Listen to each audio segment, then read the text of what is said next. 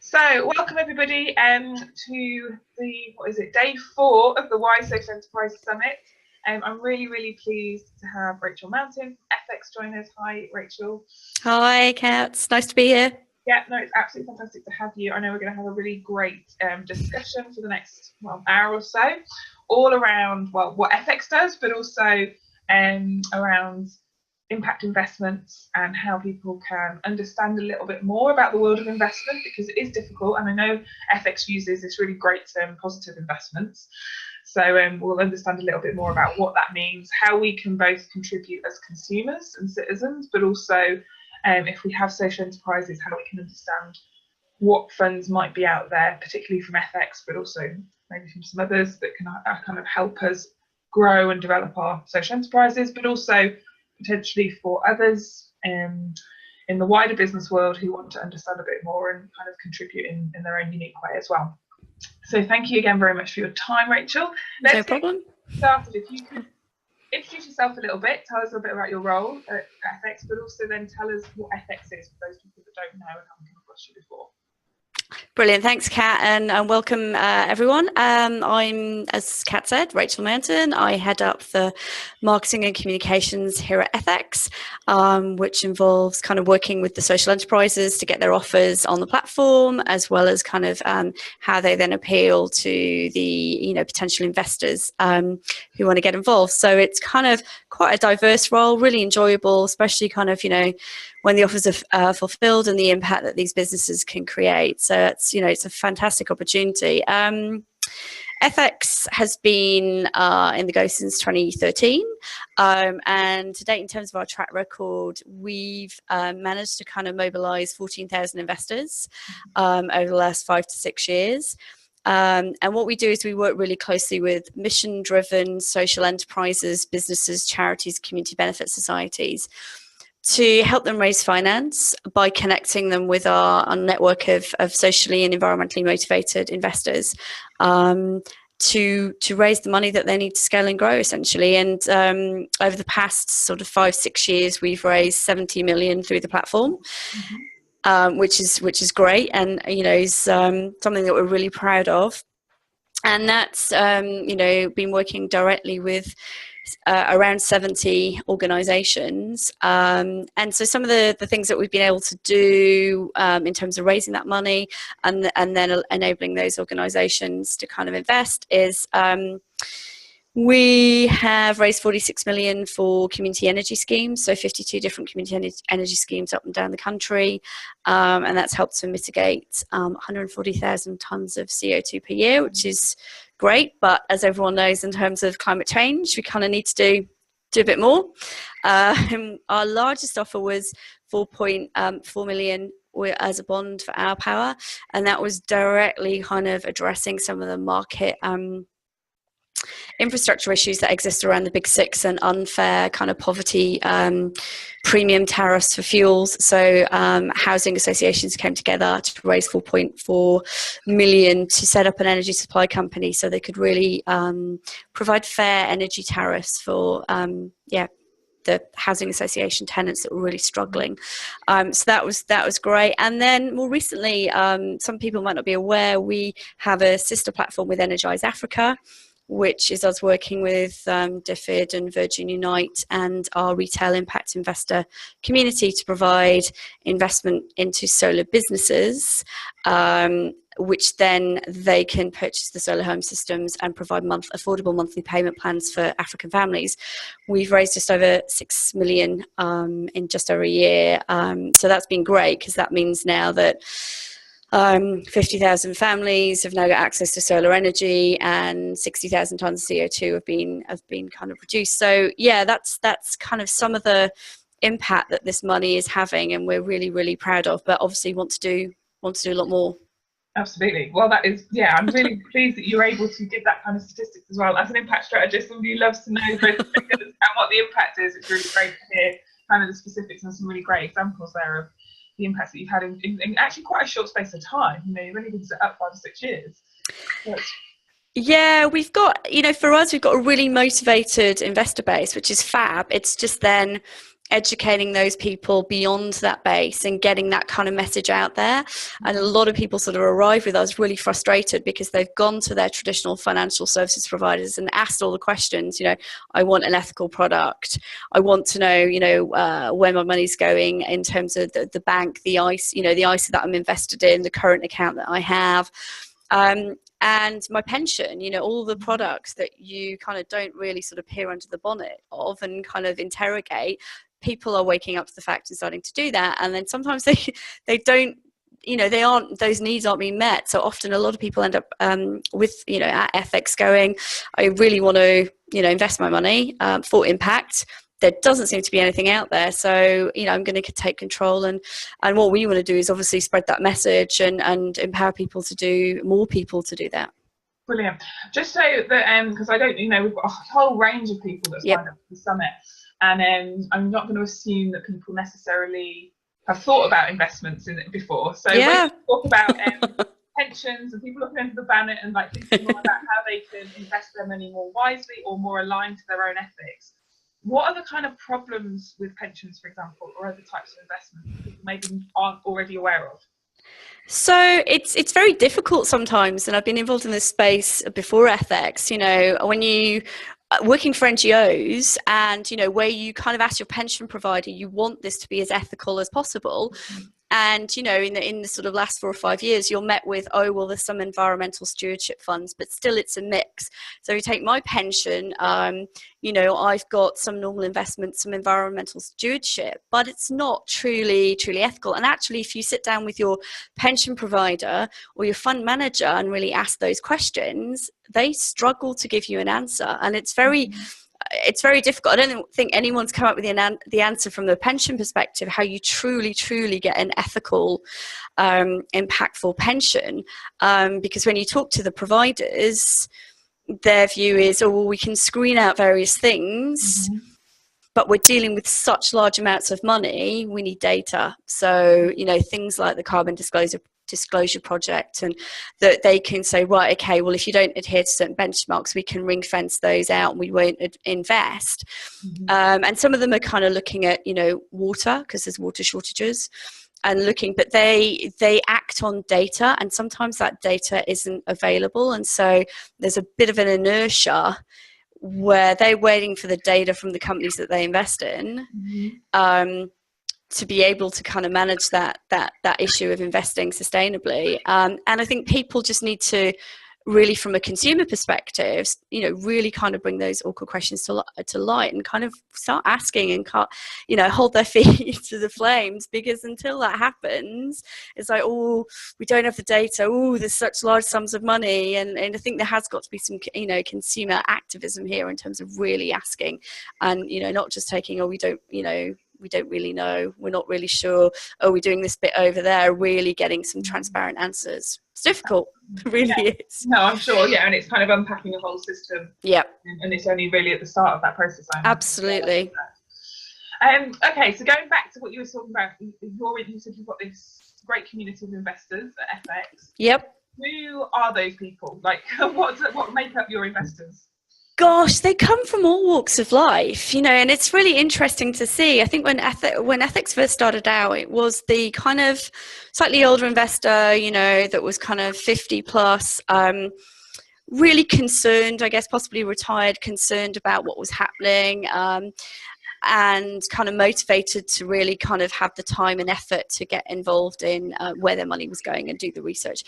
It has shifted considerably. We did some research last year, and as no doubt a lot of people are aware, this kind of much used term of millennial investors, they are highly motivated and really are wanting to know the detail, but they don't have the same degree of kind of wealth. So what we've got is, FX has kind of appealed to a certain older investor, and now what we're working to do is appeal to younger investors with different products and different offers, and maybe they don't have the same amount of money to invest, but they can do sort of £50 on a monthly basis, and they want to see the impact. And so for us, we've got some great kind of female investors with the Oh, Good Money Week. So they were doing a lot of talking about their motivations and how to empower other female investors to really,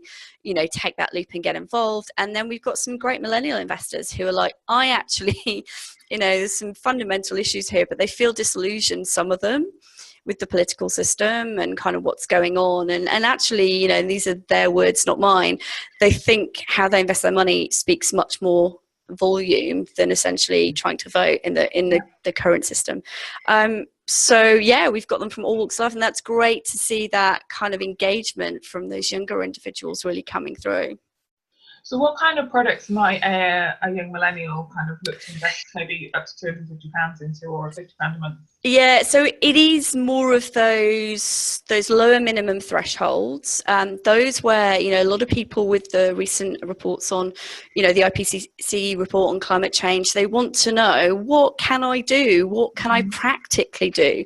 And so, I mentioned our sister platform, Energize Africa, that's £50, and that's a bond that's repaid every 6 months, and the term of the bond might be 18 months, 2 years, but you're actually able to track then what's happening on the ground. So the businesses have to report back whether installations have happened, and you're also getting quite a quick turnaround in terms of your potential returns. Obviously, you need to caveat that all these investments are kind of not without risk, and people need to kind of go into things with their eyes open, but they're getting involved in small amounts where they think they can have do something tangible to address some of these issues that there seems to be a bit of political inertia to get involved with. Mm-hmm. Excellent, really, really interesting. And I think for me, we've had a conversation before this webinar, but it's interesting, and I've talked to other people in this space as well, how little I know, and I'm willing to share that, like little I know about finance, investments, and how much there is to learn just in terms of my own finances. Yep. But I think having spoken to you previously, what's really interesting and exciting for me is that actually there's lots of different options for me to kind of explore where I can invest my money if I have some. There is, and you can start off really easily in terms of looking at ethical, current accounts, looking at kind of ethical funds out there that, have a lot of transparent impact, and there's lots of like rating agencies. You can kind of get involved initially and get comfortable, because I agree the language is scary and it's full of jargon, and it's like, oh my god, how do I really decipher what's going on?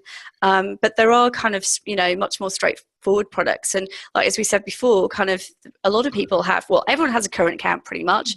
Everyone's pretty much now got a pension, so just start with the products you've got and kind of, asking the questions there and seeing where it goes, and then kind of build up your expertise and your confidence to kind of, look at other opportunities then.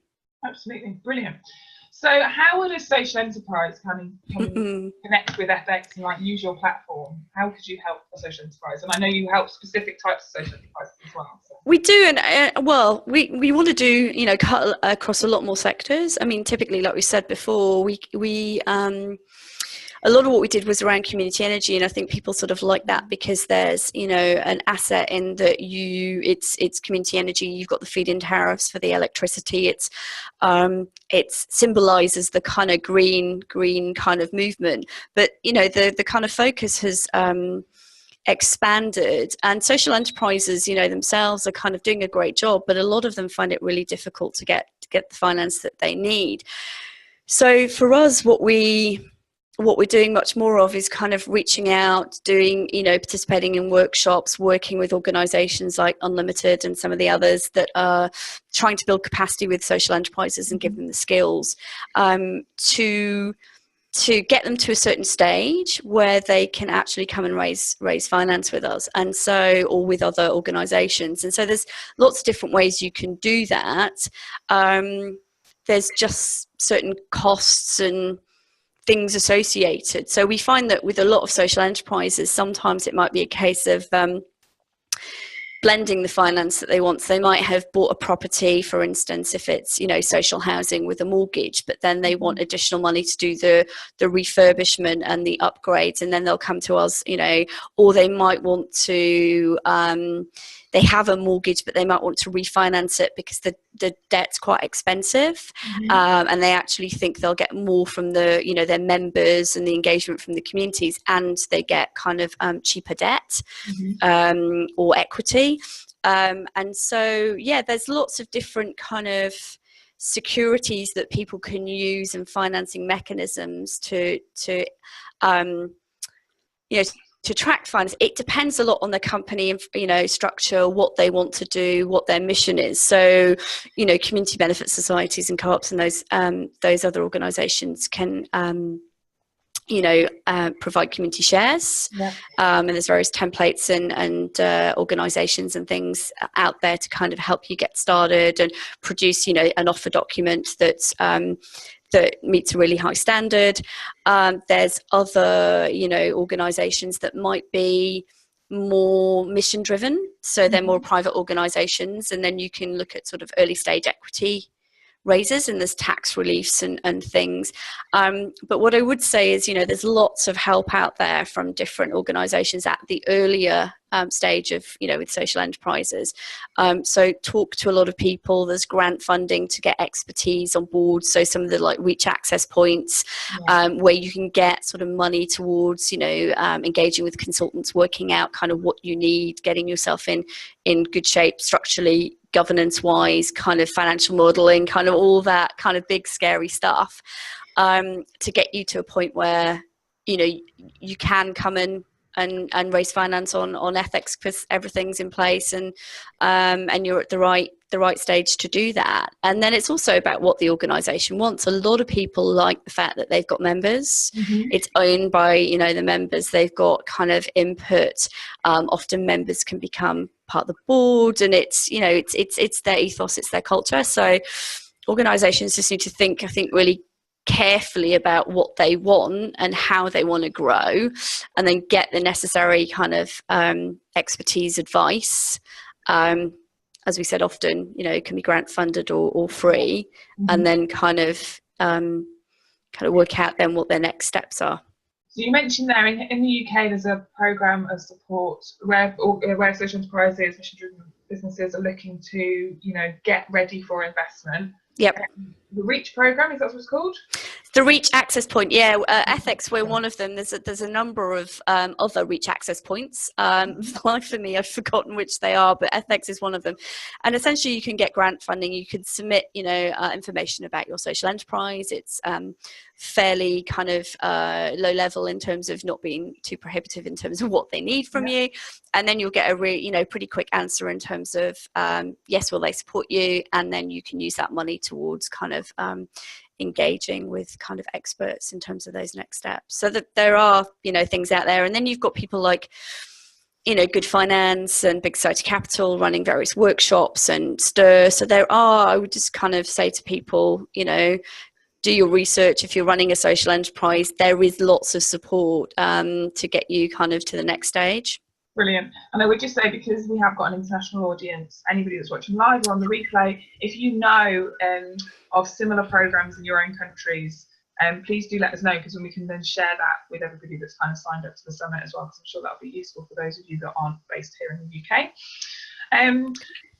Okay, so how is it, I think we've already talked about sort of millennials and stuff, but how do people kind of, how easy is it to use the platform, and how do people actually, decide if they've got some money, they want to invest in a project, what is the actual sort of next steps that they have to go through with you?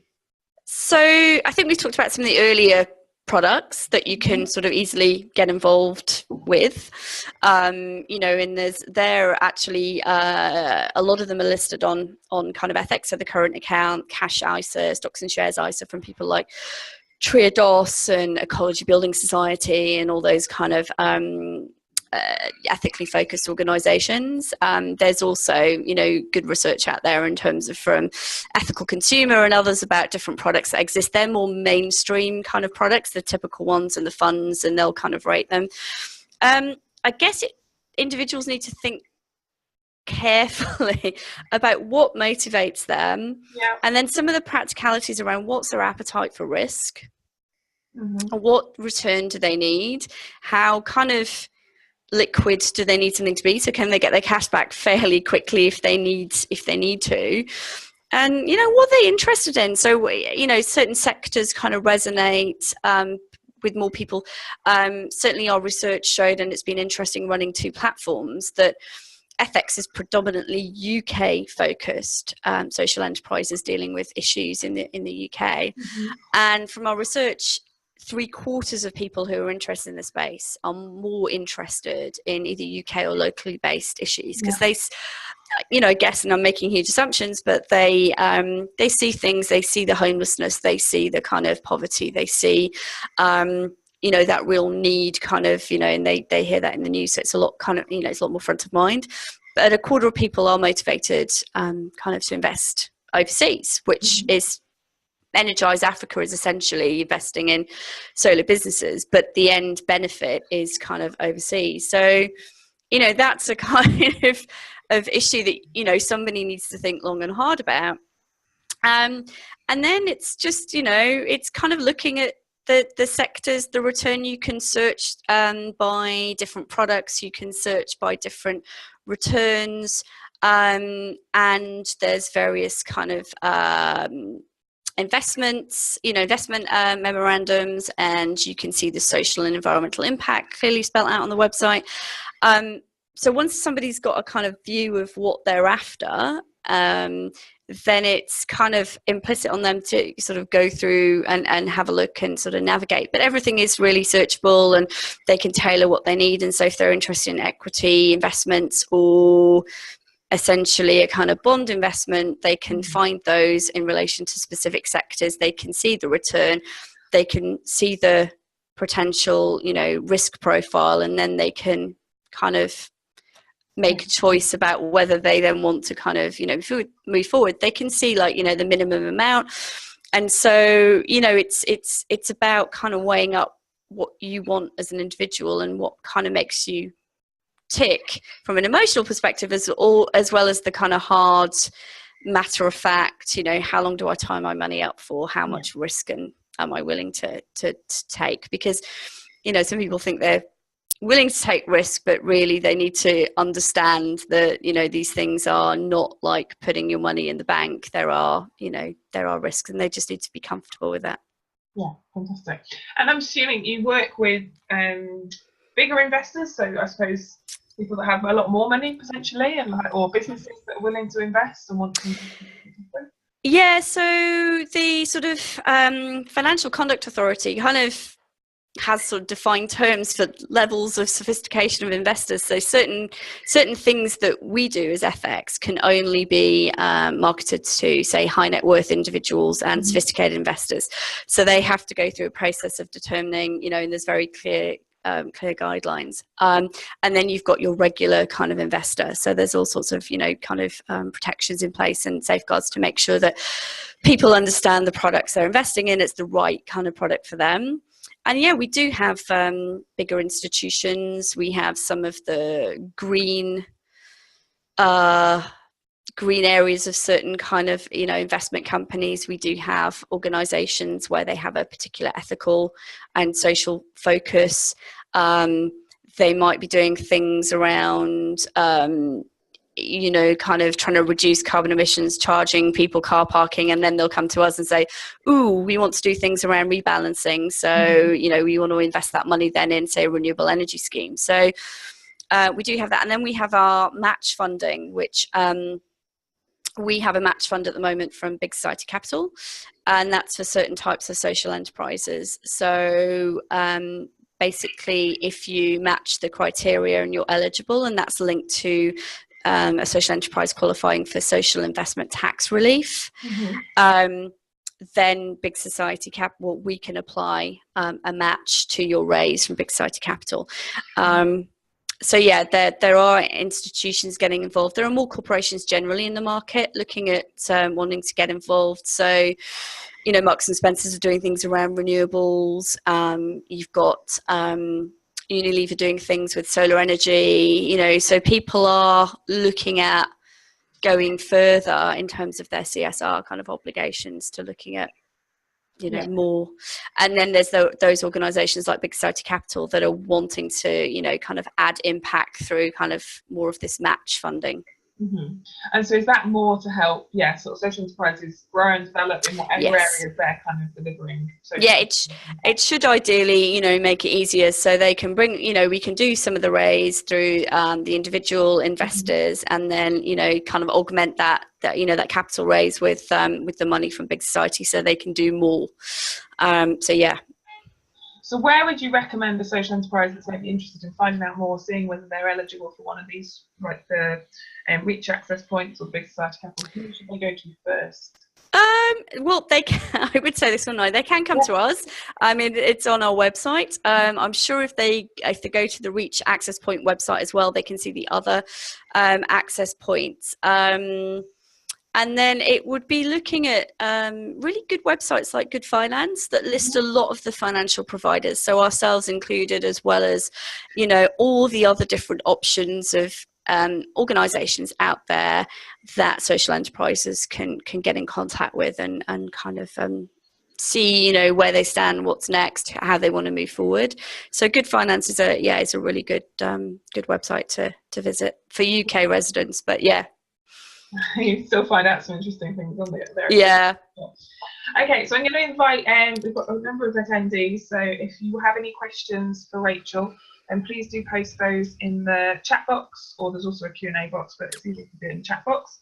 And we'll ask Rachel those before we finish. Rachel, I was also interested because you were saying about, you kind of talked about a number of examples, predominantly around sort of energy, whether it's renewable energy, energy for housing associations, your Energize Africa programme. Are there other areas and sectors that, you know, you're working in, or is energy one of the big focuses? I mean, it's a green issue. Energy's, I guess, a big problem and resonates well with that, with a lot of people. But no, there are a lot of other sectors. So at the moment, we've got raises with this is slightly energy, but Electric Blue, which is a electric vehicle charging point raise. So one of the things that I hadn't realised as everyone talks about this big transition was that the amount of points that we need in the UK is something like 3 million. If it was to support a complete sort of transformation, but we've only got 14,000 in the UK. So how do we kind of scale that up? So Electric Blue at the moment are working with Cambridgeshire Council to kind of do that and put the rapid fire charging points in place for taxi drivers, and then an education programme. But it's a great sort of public-private model with retail investment to show, you know, how you can actually fund some of these issues and tackle some of these problems in a tangible way. But then we've got a lot of things around community regeneration. So, you know, as we know from kind of austerity in communities and councils cutting a lot of services back, you know, we had a recent raise at the beginning of the year with Headingley Development Trust. They've developed this this fund that they can open and close, this structure to raise money, and essentially they did their first raise to provide money for affordable housing in and around Headingley, to support community services and meeting spaces and their cafe, and also to help other social enterprises in the local area. So there's a lot going on about community regeneration, you know, kind of nursery places, services, you know, things that have fallen away with kind of, you know, budget cuts. And the other big issue that is interesting, and it's a massive issue in the UK, is obviously affordable housing and social housing. So everyone recognises, and we've seen the kind of homeless stats, but I think it's people, you know, really understanding that there are kind of investment opportunities out there, and there are organisations trying to tackle these issues in really constructive ways, where essentially, again, you have a property that's an asset that, you know, so it's an asset-backed investment, you know, and you've got people that have got, or organisations that have got a track record from running these kind of social housing and care placement schemes, kind of raising, you know, much needed investment at a time when, you know, I don't think anyone's got a solution to the housing crisis here. So I think for me, the it'd be great to see the growth of the, social housing space, given that, it has a real potential to provide a solution to some of the issues that are affecting some of the cities at the moment.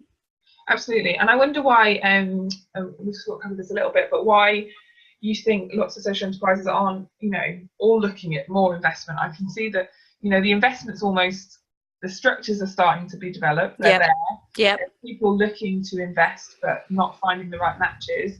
Citizens, like you said, are becoming much more conscious and wanting to invest, even if it's small amounts, in different initiatives and projects. But there still seems to be a bit of a gap in terms of the number of social enterprises coming forward for that.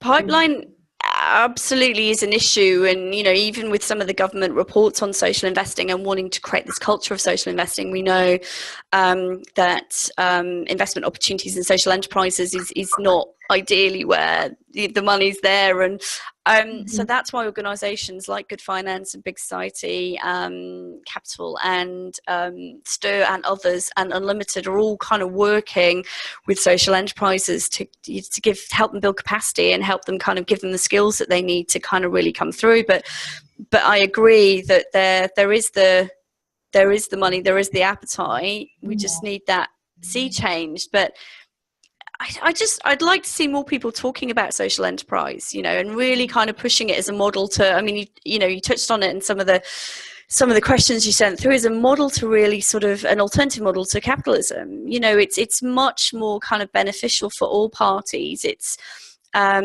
not about shareholder value. It's not about a few people getting rich. It's about benefiting everyone. And I just don't think there's enough people really talking about it and trying to mainstream. I mean, it's interesting. I was at the Social Enterprise World Forum in Edinburgh, and just what a difference it is. They talk about it in the schools. There's social enterprises here. They're everywhere. There's so much support. I'm like, oh my gosh, this is fantastic. There's kids setting up social enterprises, working with old people's homes, going in there, and I just think that's something we've got to get to in England, that it's part of the schools program. It's just implicit and people see it as a kind of solution, and have that aspiration then to build businesses that that are supported by that social enterprise philosophy. But it's just not there in the same way as in Scotland, unfortunately. And I would agree, it's the same case, I think, in terms of like the importance of having that language and base knowledge around finance, economics, investments. Because actually it's just that fear of, and a complete block, because we just, the majority of society, I imagine, just doesn't have the language to even interpret, even that's very true. Current accounts. Yes. Right question. That's my thinking about, well, how do I actually go to initiatives that I'm really excited about? So I think, I absolutely agree.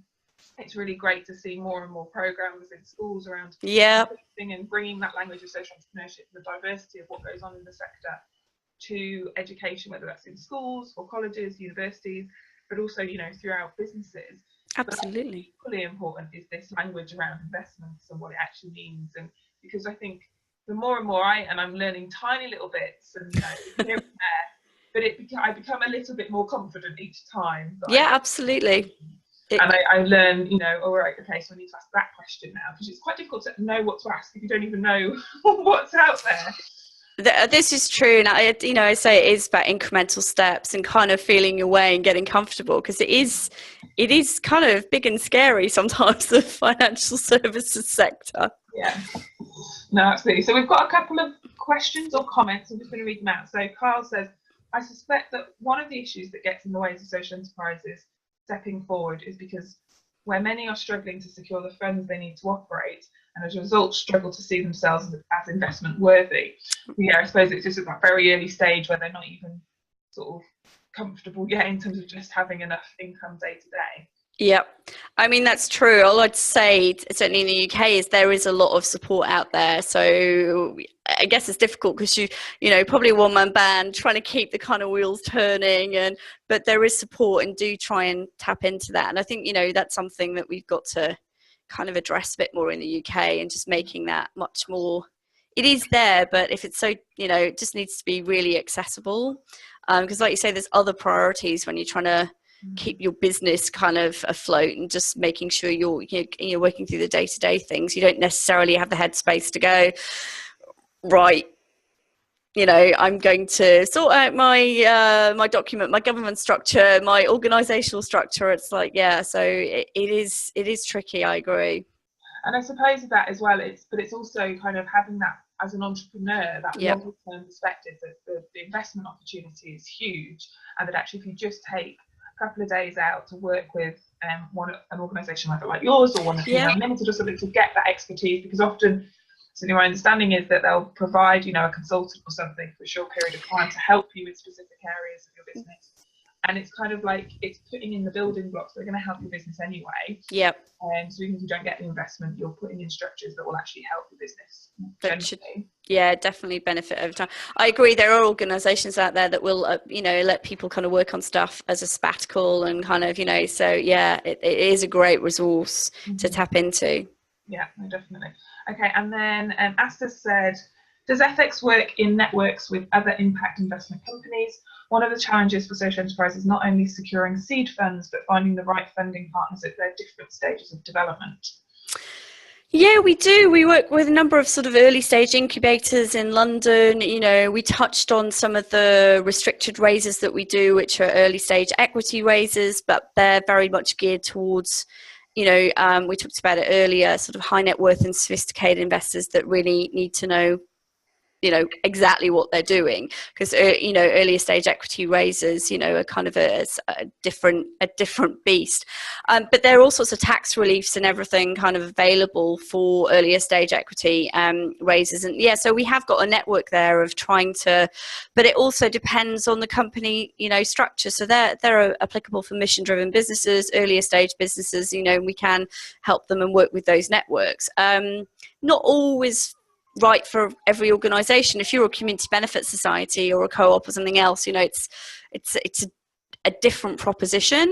So yeah, we do, and we're trying to get more of a balance, more you know, kind of purposeful businesses and bring those on board, because we think they're really kind of valuable, but because of the, you know, the regulatory status and the kind of riskiness, they are geared to a certain kind of type of investor.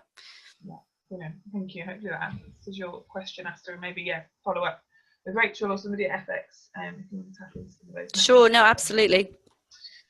Okay, so I think we're coming to the end. I think I've kind of exhausted some of my questions. Unless there's anything you think, Rachel, that I've missed out or forgotten to ask you.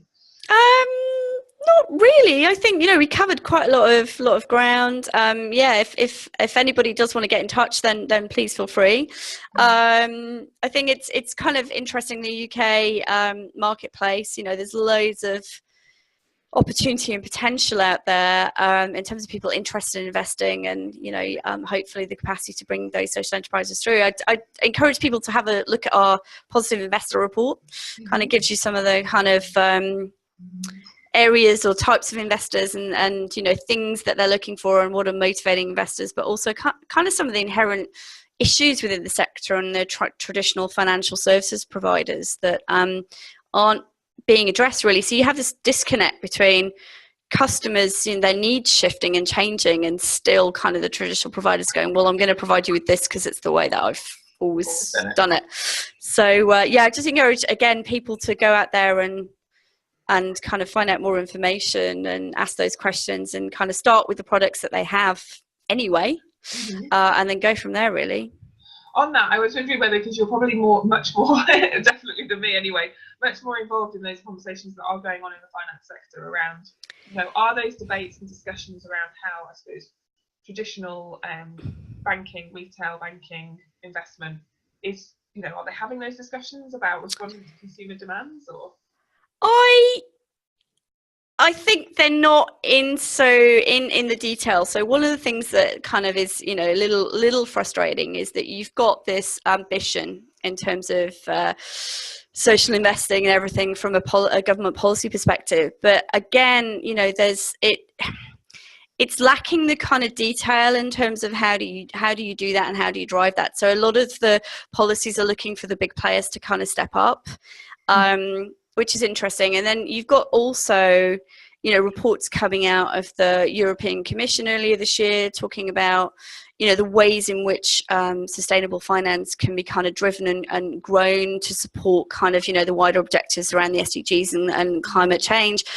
And one of the key components is giving people the flexibility and empowering them to invest directly in sustainable businesses, which is exactly what we do.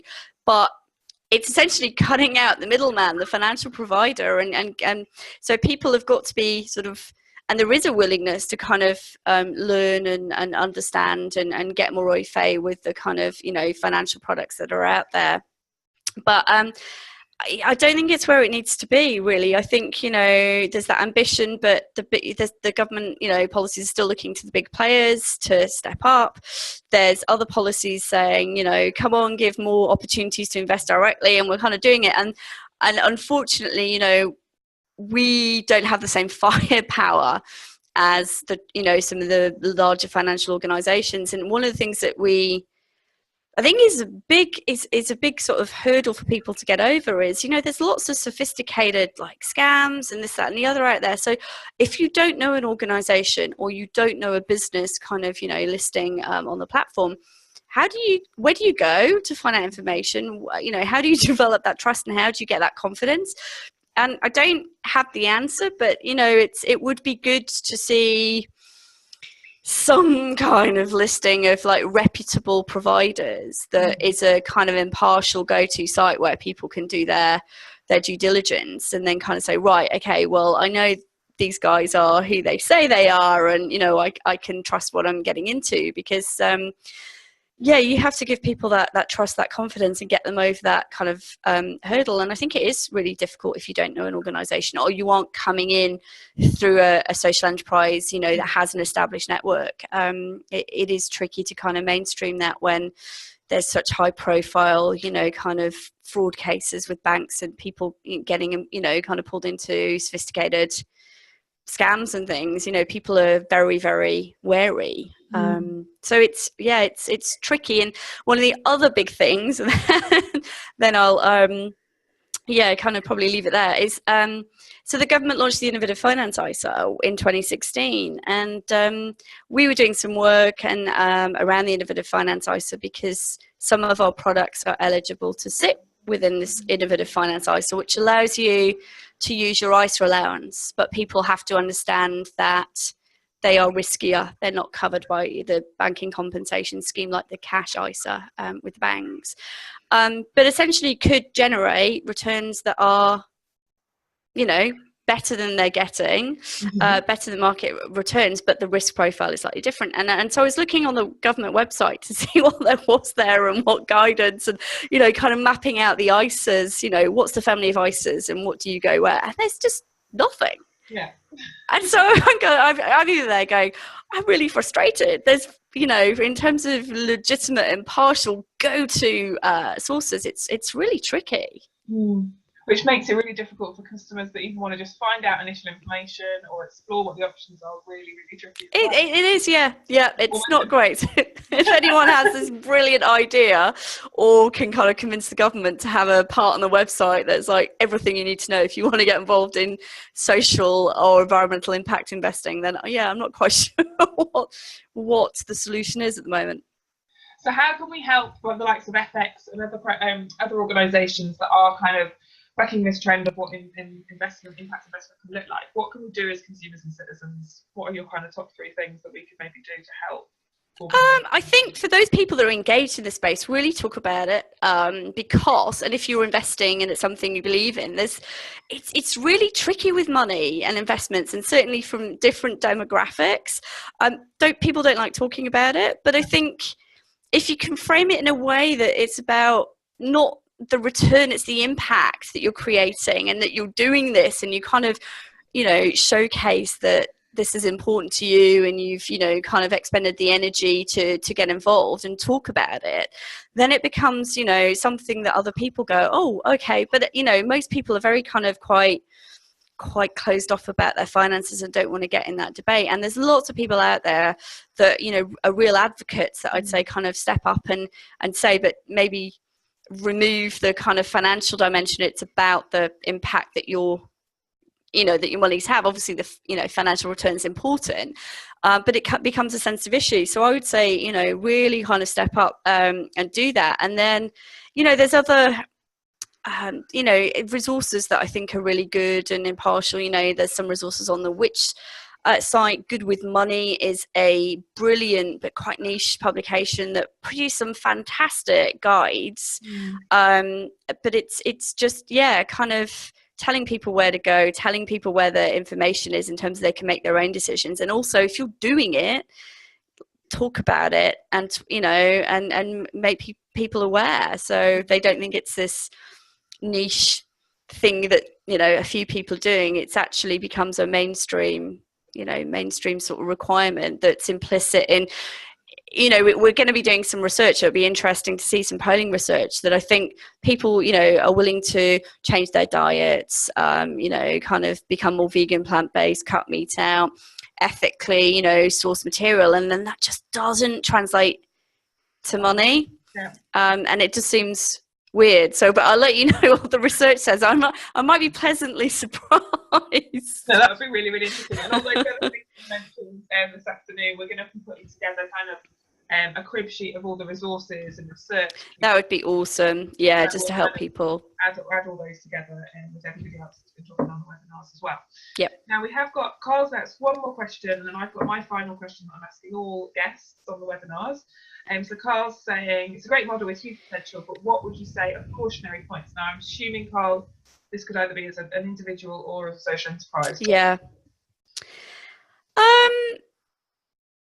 So I think from a social enterprise perspective, it's about tapping into the right resource, getting the right people around you and the right expertise, and choosing the right approach for you, because it may be kind of raising finance via somebody like FX isn't the right move for you. Depends what your organization is. So I think be really clear about what you want and where different sources of finance kind of fit in that roadmap, and whether they support your kind of mission, and how best to engage in that. So kind of be really, really clear about that.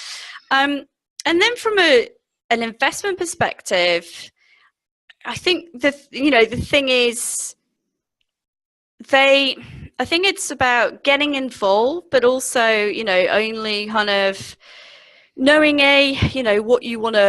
what motivates you, what you're interested in, but again being kind of really cautious about kind of how you get involved. Start off kind of slowly. It is they are investment decisions.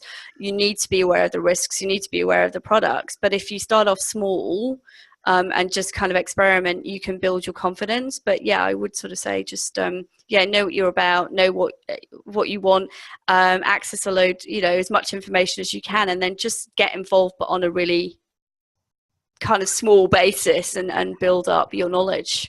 Yeah, and I think also like all these resources and reports and websites, Good Money and stuff, will just reading those, I think, will just be a huge step forward. If Carl's anything like me who knows pretty much nothing, that's going to be a good place to start.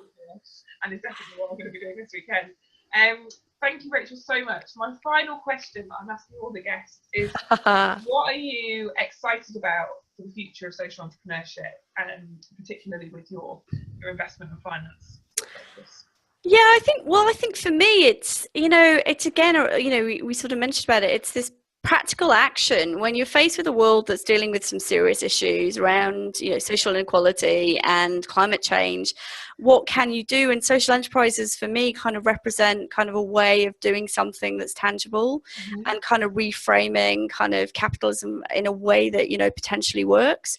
So there's some great kind of models out there that are really mobilizing kind of investor interest in ways that can really deliver impact, whether it's overseas or here, and really kind of reframe the agenda. And so I just encourage people that have kind of models for social enterprises to really kind of believe in what they're doing, and believe that the narrative has to change, and that social enterprises can really help drive some of that change. Brilliant. That's so great. And I absolutely agree with that. So thank you so much for your time, Rachel. It's been fantastic talking to you. I've learned loads. I'm sure everybody watching has learned lots. Oh, thank you. We'll definitely be following up with FX soon and kind of finding out. Brilliant. Really appreciate the opportunity, guys. So yeah, thank you for having me. No, welcome. Thanks very much. Thank Bye-bye. you. Thanks Bye. for watching. Bye. Bye.